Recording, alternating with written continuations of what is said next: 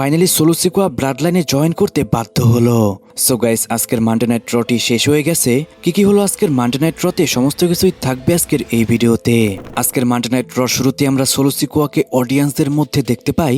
সে সেখানে এসে J উসোর music নিয়ে মজা ওড়াচ্ছিল, আর তখনই সেখানে মিউজিক হিট হয়ে যায় জে উসো সেখানে এসে সোলো সিকোয়াকে বলে, তোমার আবারও সময় এসেছে রোমান রেঞ্জের ব্লাড লাইনে জয়েন করার। তোমাকে ব্লাড লাইনে জয়েন করতে হবে এবং কি আমাদের ফ্যামিলি বিজনেসকে আরো সামনের দিকে এগোতে হবে। সোলো সিকোয়া, তোমাকে আবারও আমাদের লাইনে আসতে হবে।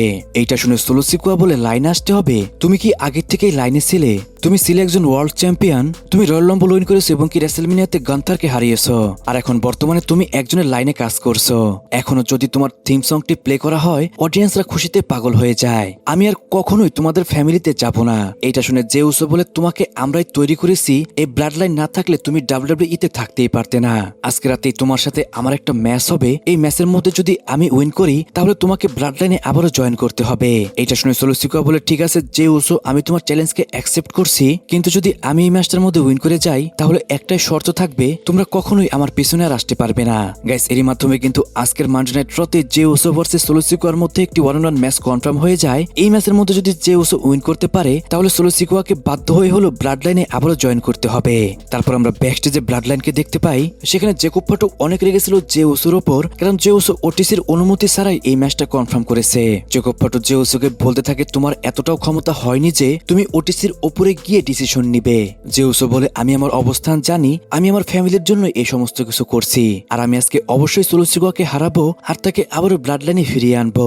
তারপর পেন্টা ভার্সেস লোরেটোর মধ্যে একটি 1-on-1 ম্যাচ শুরু হয়ে যায়। গাইস, এই ম্যাচটা ছিল কিন্তু রোমান রেঞ্জের টাইটেলের জন্য নাম্বার 1 কন্টেন্ডার ম্যাচ, কারণ ডাব্লিউডাব্লিউই কিন্তু ত্রিপল এতে একটি টুর্নামেন্ট চালাচ্ছে। এই টুর্নামেন্টের মধ্যে যে উইন করবে সে কিন্তু চ্যালেঞ্জ করতে পারবে রোমান রেঞ্জকে।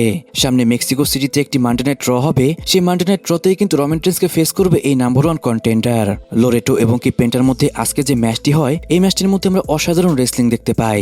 দুইজন সুপারস্টার এই লুচাডোরের মধ্যে অনেকটা ফেমাস সুপারস্টার, তাদের ম্যাচের মধ্যে আমরা একের পর এক হাই ফ্লাইং মুভ দেখতে পাই, আর লাস্টে পেন্টা এই ম্যাচটার মধ্যে উইন করে যায়। তারপর আমরা ব্যাকস্টেজে ফিশনের একটি ইন্টারভিউ দেখতে পাই। সেই ইন্টারভিউর মধ্যে ইন্টারভিউয়ার ব্রন ব্রেকারকে যখনই কিছু বলতে যাবে, তখনই ব্রন ব্রেকার সেই ইন্টারভিউয়ারকেই বলে, তুমি কি ওবাফেমিকে ডাব্লিউডাব্লিউই এর ফিউচার মনে করো? এটা শুনে সেই ইন্টারভিউয়ারও বলে, যেহেতু ব্রক লেসনারও বলেছে, তাহলে তো ওবাফেমি ডাব্লিউডাব্লিউই এর ফিউচারই হবে। এটা শুনে ব্রন ব্রেকার সেই ইন্টারভিউয়ারকে বলে, তুমিও সেই পল হেমনের মতোই কথা বলো। আর গাইস, তারপরে কোনো কথা না বলে সেখান থেকে চলে যায় ব্রন ব্রেকার। তারপর আকিরা টুজাবা ভার্সেস অস্টিন থিওরির মধ্যে আমরা একটি 1-on-1 ম্যাচ দেখতে পাই, যেখানে গাইস আজকে আমি ফার্স্ট টাইম এতটা ভালোভাবে আকিরা টুজাবার রেসলিং দেখতে পেলাম। তার এই ম্যাচটি দেখে আমার কিন্তু মতামত একদমই পাল্টে গেছে। তাকে আমি সবসময় মনে করতাম ডাব্লিউডাব্লিউই এর সবথেকে খারাপ একজন রেসলার, কিন্তু গাইস সে কিন্তু মোটেও একজন খারাপ রেসলার নয়। তাকে ডাব্লিউডাব্লিউই তার সাইজের জন্য ভালো মতন ইউজই করে না। সে আজকে যেরকম আজকে ম্যাচটি উপহার দিল সবাইকে, এটা দেখে বলাই যায় তাকে যদি ডাব্লিউডাব্লিউই ভালো মতন ইউজ করে, সে আরো ভালো জায়গায় যেতে পারবে, এটা আমি মনে করি। একটি মোমেন্টে আকিরা টুজাবা যেরকম রেসলিং করছিল, আমার তো মনে হচ্ছিল যেন সে এই ম্যাচটার মধ্যে উইন করে যেতে পারে, কিন্তু লাস্টে অস্টিন থিওরি তার ফিনিশার একটি পাঞ্চ হিট করে আর সে এই ম্যাচটার মধ্যে উইন করে যায়। ম্যাচটি শেষ হওয়ার পরেও অস্টিন থিওরি আবারও আকিরা টুজাবাকে অ্যাটাক করে। সেই সময় সেখানে অ্যাডাম পিয়ার্স এবং কি সিকিউরিটি গার্ডরা সেখানে এসে তাকে থামিয়ে দেয়, আর অপর পাশে আমরা দেখতে পাই ব্রন ব্রেকার আকিরা টুজাবাকে একটি স্পেয়ার হিট করতেই যাবে। ঠিক তখনই সেখানে মিউজিক হিট হয়ে যায় ওবাফেমির, আর রিং এর মধ্যে চলে আসে ওবাফেমি। যখনই ওবাফেমি এবং কি ব্রন ব্রেকারের মধ্যে আমরা ফাইট দেখতেই যাব, তখনই সেখানে অ্যাডাম পিয়ার্স এবং কি সিকিউরিটি গার্ডরা এসে তাদেরকে থামিয়ে দেয়। আর গাইস, এইটা দেখে কিন্তু এইটা মোটামুটি কনফার্ম হয়ে গেল, সামনে আমরা ব্রন ব্রেকার এবং কি ওবাফেমির মধ্যে একটি 1-on-1 ম্যাচ দেখতে পারবো। তারপর স্টেফেনি বেকর এবং কি বেকি লিঞ্চের মধ্যে আমরা একটি সেগমেন্ট দেখতে পাই। এই সেগমেন্টে অনেক উল্টাপাল্টা কথা ছিল। গাইস, আমি খুবই শর্টকাটে একদমই মূল কথাটি আপনাদেরকে আমি এখানে বলে দিচ্ছি। তারা দুইজনই লিভ মর্গানের টাইটেলের জন্য ম্যাচ চাচ্ছিল, আর তারা দুইজনই একে অপরের থেকে নিজেকে অনেক বড় প্রমাণ করতে চাচ্ছিল।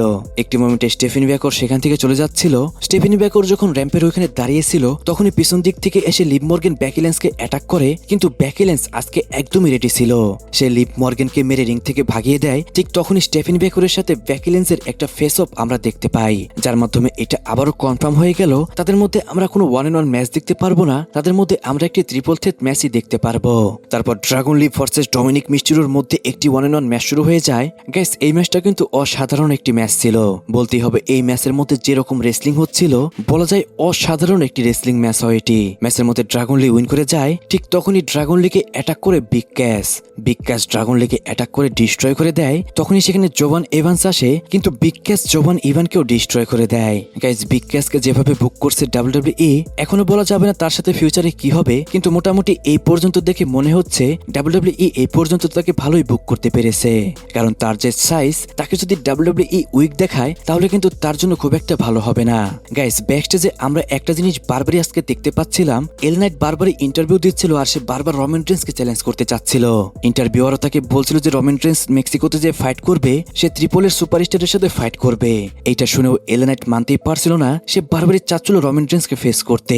লাস্টে অ্যাডাম পিয়ার্স এল নাইটের সাথে দেখা করে অ্যাডাম পিয়ার্স তাকে জানিয়ে দেয় রমান রেন্স এখন তোমার সাথে ফাইট করতে পারবে না, সেটা হতে হবে মেক্সিকোর যে ইভেন্টটা হবে তারপর সোলরুখা ইউস্কাই ভার্সেস জাজমেন্টের মধ্যে একটি ট্যাগ টিম ম্যাচ শুরু হয়ে যায়। গাইস, খুবই নরমাল একটা ম্যাচ ছিল। এই ম্যাচের মধ্যে সোলরুখা এবং কি ইউস্কাই উইন করে যায়। তারপর ব্যাকস্টেজে আমরা পল হেমেনকে দেখতে পাই, সে গত সপ্তাহের মতো আজকেও টিভির সামনে দাঁড়িয়েছিল।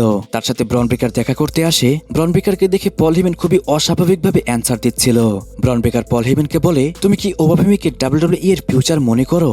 এর অ্যান্সারটি পল হেমেন খুবই ঘুরিয়ে পেঁচিয়ে দেয়। পল হেমেন বলে ওবাফেমি ব্রক লেসনারকে হারানোর মাধ্যমেই ডাব্লিউডাব্লিউই এর সব রেসপেক্ট আর্ন করে ফেলেছে, তাই আমিও তাকে রেসপেক্ট করি। ব্রন ব্রেকার বলে, আমি তোমাকে এই কথা জিজ্ঞেস করিনি, আমি শুধু জাস্ট তোমার কাছ থেকে জানতে চাচ্ছি তুমি কি তাকে ডাব্লিউডাব্লিউই এর ফিউচার মনে করো কিনা। পল হেমেন বলে, আমি তো তাকে রেসপেক্ট করি, তুমি চাইলেই আমাকে ভুল প্রমাণ করতে পারো। গাইস, এখানে পল হেমেন ব্রন ব্রেকারকে এইটা বোঝালো সে ওবাফেমির সাথে একটা ম্যাচ ফাইট করতে পারে, আর সেই ম্যাচের মধ্যে যদি সে ওবাফেমিকে হারাতে পারে তাহলে পল হেমেন তাকেও রেসপেক্ট করবে। আর গাইস, এটা একদমই 100% কনফার্ম, ব্রন ব্রেকার ভার্সেস ওবাফেমির মধ্যে আমরা সামনেই ম্যাচ দেখতে পারবো। তারপর জে উসো ভার্সেস সোলো সিকোয়ার মধ্যে একটি 1-on-1 ম্যাচ শুরু হয়ে যায়। গাইস, এই ম্যাচটা তো আপনারা সবাই জানতেন যে এই ম্যাচের মধ্যে যদি সোলো সিকোয়া উইন করে যায় তাহলে কিন্তু তাকে কখনোই রমান রেন্সের ব্লাড লাইনে আর কেউ অ্যাড করতে পারবে না। আর যদি এই ম্যাচটার মধ্যে জে উসো উইন করে যায় তাহলে কিন্তু সোলো সিকোয়াকে বাধ্য হয়ে হলেও তাকে ব্লাড লাইনে আবারও জয়েন করতে হবে।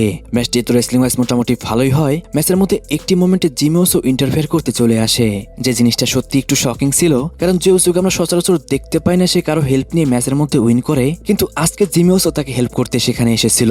জিমি উসো বারবারই সোলো সিকোয়াকে ম্যাচ থেকে ডিস্ট্র্যাক্ট করে যাতে জে উসো চান্স পেয়ে যায় এই ম্যাচের মধ্যে উইন করার। সে সোলো সিকোয়াকে একটি স্পিয়ার এবং কি একটা স্প্ল্যাশ হিট করে এবং কি সে এই ম্যাচটার মধ্যে উইন করে যায়, যার মাধ্যমে নেক্সট উইক সোলো সিকোয়া এবং কি রমান রেন্সের মধ্যে একটি সেগমেন্ট হবে, এই বিষয়ে কোনো সন্দেহ নেই। আর সেখানে সোলো সিকোয়াকে বাধ্য হয়ে হলো রমান রেন্সকে সেখানে এগনোলেজ করতেই হবে। গাইস, এই বিষয়টাকে আপনি কিভাবে দেখছেন সেটা কিন্তু অবশ্যই কমেন্টে জানাবেন। এরই মাধ্যমে আজকের মানডে নাইট ড্রটি শেষ হয়ে যায়। আজকের মানডে নাইট ড্রতে রমান রেন্স ছিল না, কিন্তু নেক্সট উইকের মানডে নাইট ড্রতে রমান রেন্স থাকবে এটা কিন্তু ডাব্লিউডাব্লিউই জানিয়ে দিয়েছে। কিন্তু হতাশার বিষয় এটা ছিল যে গতকালই কিন্তু ডাব্লিউডাব্লিউই সেথ রোলিন্সকে অ্যাডভার্টাইজ করেছিল, কিন্তু আজকে আমরা সেথ রোলিন্সকে দেখতে পাইনি। আই ডোন্ট নো কেন ডাব্লিউডাব্লিউই এখানে সেথ রোলিন্সকে রিপ্লেস করলো। আমার তো মনে হয় সেথ রোলিন্সের জন্য বর্তমানে সেরকম কোনো স্টোরি নেই ডাব্লিউডাব্লিউই এর কাছে। গাইস, আজকের মানডে নাইট ড্রটি আপনার কাছে কেমন লেগেছে সেটা কিন্তু অবশ্যই কমেন্টে জানাবেন। রেসলিং সম্পর্কিত সমস্ত নিউজ এবং কি আপডেট জানতে অবশ্যই চ্যানেলটিকে সাবস্ক্রাইব করবেন এবং কি পেজটিকে ফলো করতে ভুলবেন না।